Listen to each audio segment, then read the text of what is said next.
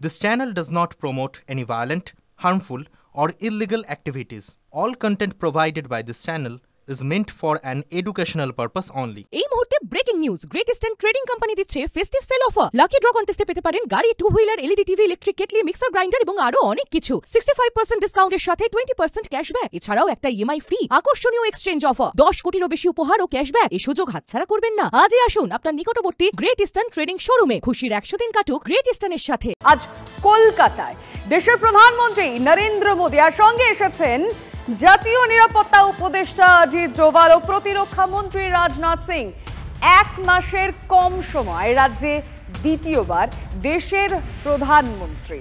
বিজয় দুর্গে যৌথ সেনাপতি সম্মেলনে সোমবার উপস্থিত থাকবেন তিনি। এই মুহূর্তে আমাদের রিপোর্টার সায়ন্ত ভট্টাচার্য একেবারে ফোর্ট উইলিয়াম থেকে সরাসরি রয়েছেন।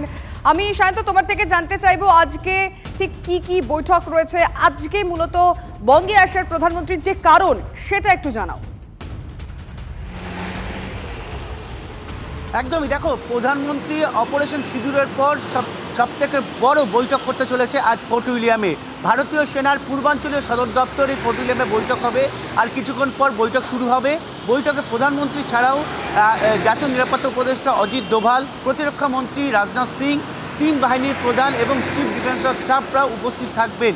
যেটা সেনা সূত্রে খবর যে এই বৈঠক থেকে মূলত অপারেশন সিঁদুরের পর ভারতীয় সেনার বিভিন্ন কাজকে যেমন তিনি ধন্যবাদ জানাবেন, তেমনই আগামী দিন সীমান্ত কিভাবে সামলাবে ভারতীয় সেনা, অর্থাৎ একদিকে মায়ানমার, চীন, পাকিস্তান, বাংলাদেশের মতো যে সীমান্ত রয়েছে সেখানে ভারতীয় সেনার ভূমিকা কী হবে সেই সম্পর্কে কিন্তু তিনি পাঠ দেবেন। একই পাশাপাশি আগামী দিনে ভারতীয় সেনার একাধিক কার্যাবলীগুলো কিন্তু প্রধানমন্ত্রী নিজের ভাষণের মাধ্যমে তুলে ধরবেন। অপারেশন সিঁদুরের সময় যে রেডার মূলত কাজ করেছে, পাকিস্তানকে নাস্তানাবুদ করেছে, সেই রেডারগুলো সম্পর্কেও কিন্তু এই প্রদর্শনী বা এই আলোচনা সভায় উঠে আসবে। ভারতীয় সেনাকে কিভাবে আরও স্ট্রেংথেন করা যায়, আরও শক্তিশালী করা যায়, আধুনিক করা যায়, সেই বিষয়ে কিন্তু এই কমান্ডার কম্বাইন্ড কনফারেন্সে উঠে আসবে বলে ভারতীয় সেনা সূত্রে খবর। অর্থাৎ অপারেশন সিঁদুরের পর সবথেকে বড় বৈঠক হতে চলেছে আজ কলকাতায়, এবং সেই বৈঠকে আমি আমার ক্যাম্পাসের গৌরবকে বলুন ছবিটা দেখানোর জন্য। তুমি দেখতে পাচ্ছ ফোর্ট উইলিয়ামের প্রবেশদ্বার, এবং সেখানে কিন্তু কলকাতা পুলিশের তরফ থেকে যাবতীয় নিরাপত্তার ব্যবস্থা করা হয়েছে, এবং ফোর্ট উইলিয়ামের ভেতরে সেনা, পুলিশ এবং ভারতীয় সেনার কমান্ডোরা তারা রয়েছে যাবতীয় নিরাপত্তায়। ইতিমধ্যেই ভারতীয় সেনার শীর্ষ কর্তারা কিন্তু আসতে শুরু করেছে। কিছুক্ষণের মধ্যেই প্রধানমন্ত্রী নরেন্দ্র মোদী, প্রতিরক্ষামন্ত্রী রাজনাথ সিং তারাও প্রবেশ করবেন ফোর্ট উইলিয়ামের ভেতরে। মূলত যেটা কর্মসূচি রয়েছে, তারা বিজয় দুর্গে শ্রদ্ধা জ্ঞাপন করবে সেনাদের প্রতি, তারপর তারা বৈঠক শুরু করবেন। তবে এই বৈঠকের দিকে কিন্তু সারা বিশ্ব তাকিয়ে রয়েছে, কারণ প্রধানমন্ত্রী এই বৈঠকটাকে সেনাবাহিনীকে, দেশের সেনাবাহিনীকে কিভাবে পাঠ দেন, কি বক্তব্য দেন, কি বার্তা দেন, সেটাই কিন্তু মূলত দেখার।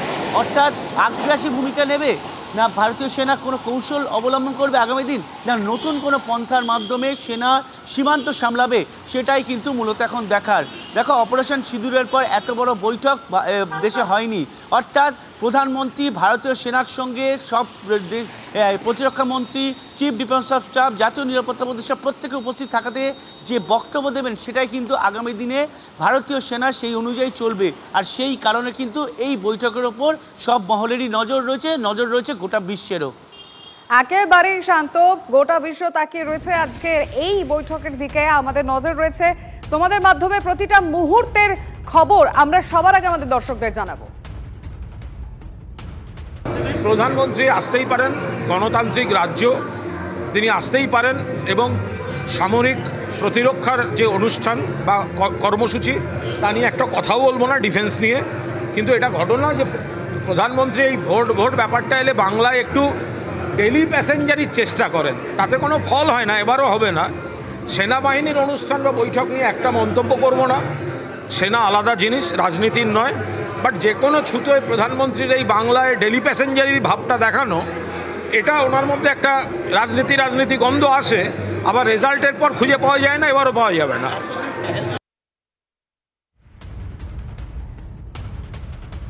আজকের এই বৈঠকে নজর রয়েছে গোটা বিশ্বের, গোটা দেশবাসী সবাই প্রত্যেকে তাকিয়ে রয়েছে। আর TV9 বাংলার প্রতিনিধিরা আজকে প্রতিটা মুহূর্তের খবর সবার আগে আপনাদেরকে তুলে ধরবেন, কারণ কিছুক্ষণ পর রাজনাথ সিং, অজিত ডোভাল তারা পৌঁছে যাবেন ফোর্ট উইলিয়ামের। আজকের যে বৈঠক, সেখান থেকে কি বার্তা আসে প্রধানমন্ত্রীর তরফে, নজর রয়েছে আমাদের।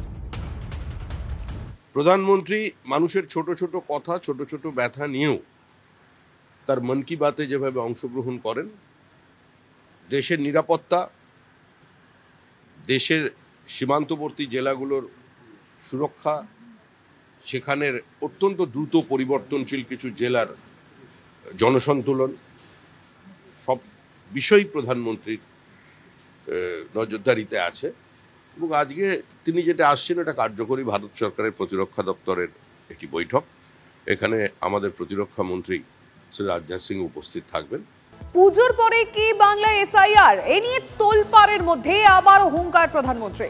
অনুপ্রবেশকারীরা দেশের সব থেকে বড় বিপদ। অনুপ্রবেশ ঘটিয়ে জনবিন্যাস বদলে দেওয়ার চেষ্টা করা হচ্ছে। বিজেপির লক্ষ্য অনুপ্রবেশ মুক্ত দেশ। শীঘ্রই দেশে ডেমোগ্রাফি মিশন শুরু হবে। অসমের সভা থেকে ফের হুঙ্কার নরেন্দ্র মোদীর।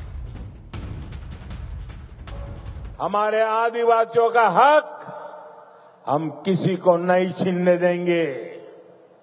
ये घुसपैठिए हमारी माताओं, बहनों, बेटियों के साथ अत्याचार करते हैं, ये नहीं होने दिया जाएगा।